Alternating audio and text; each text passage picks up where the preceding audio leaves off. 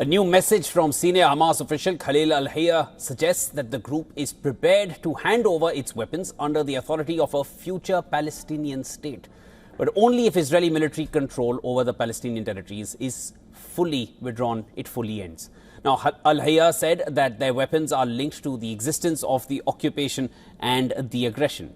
If the occupation ends, these weapons will be placed under the authority of the state. He clarified thereafter that he was referring to a sovereign and independent Palestinian state. He also said that Hamas would accept UN forces as a neutral border monitoring mission, but rejected any international mission tasked with forcibly disarming the group.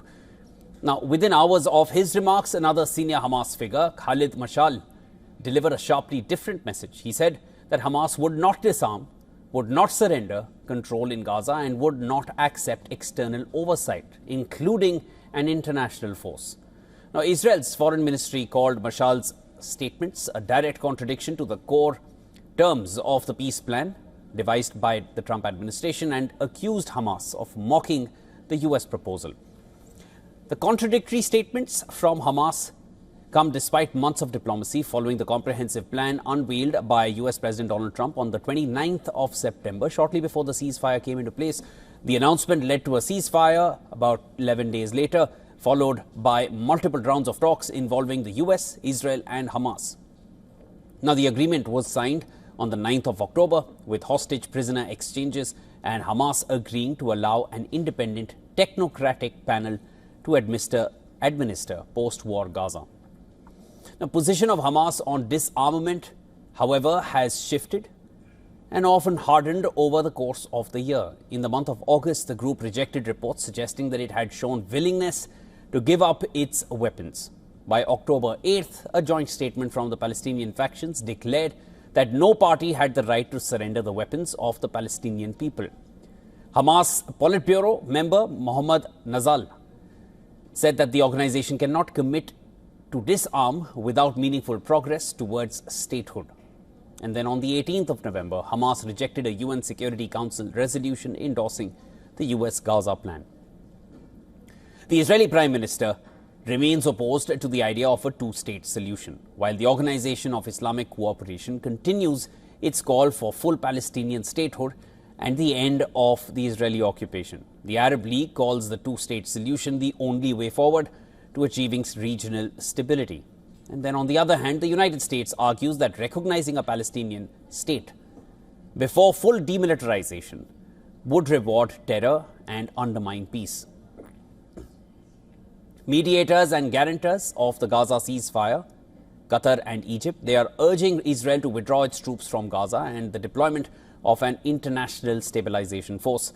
Qatari Prime Minister warns the ceasefire cannot be sustained without a full Israeli withdrawal and stability returned to Gaza.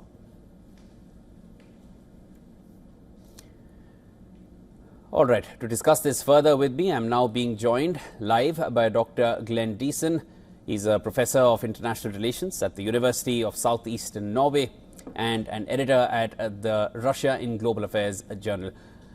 Glenn, always a pleasure speaking with you. Now, if you look at all the sides involved, primarily Hamas, Israel, US, it seems like all of their wants and desires at the end of this seem to be hinged on the other. US wants a Palestinian state, but only after Hamas demilitarizes. Hamas wants a Palestinian state, but not until Israel withdraws. And Israel has always been opposed to a Palestinian state. What's next for US and Israel? Well, that's a good question because I guess the legitimate fear by the Palestinians is that if they do disarm, then there's no way to actually defend themselves anymore. That is, they risk either permanent occupation or extermination. So, and then again, the Israelis have been quite vocal. Under no circumstance do they want a Palestinian state. So it's hard to conceive that even if Hamas hands over all their weapons, that somehow the Americans would stand up to Israel and actually demand the establishment of a Palestinian state.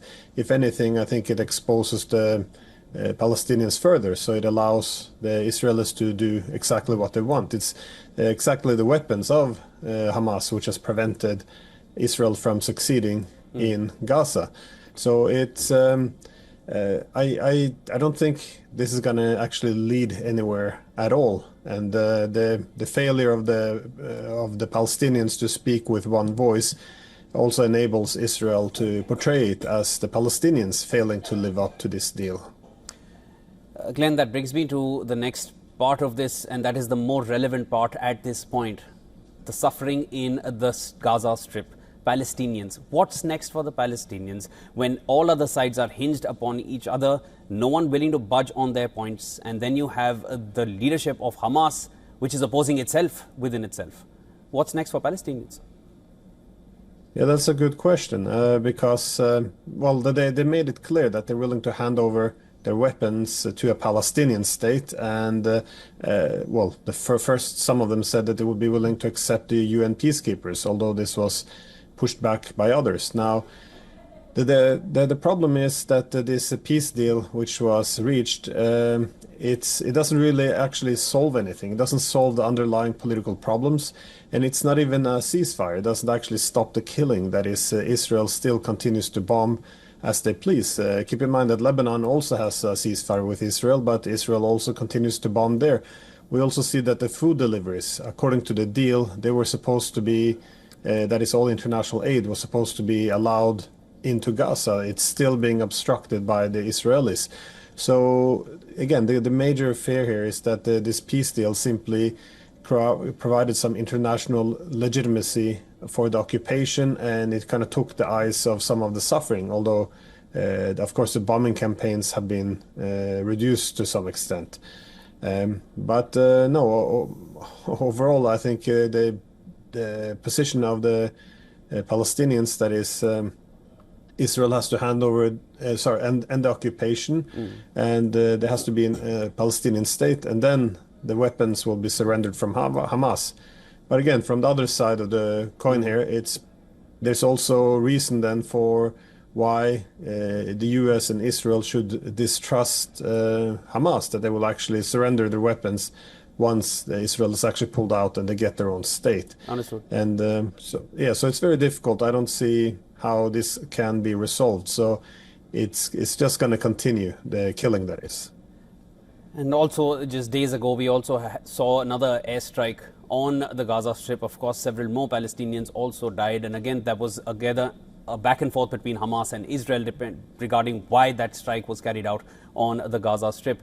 Oslo Accords once stood for something, but at this point, nothing seems to be standing. Let's see where this one goes. Dr. Diesen, thanks so much for joining us.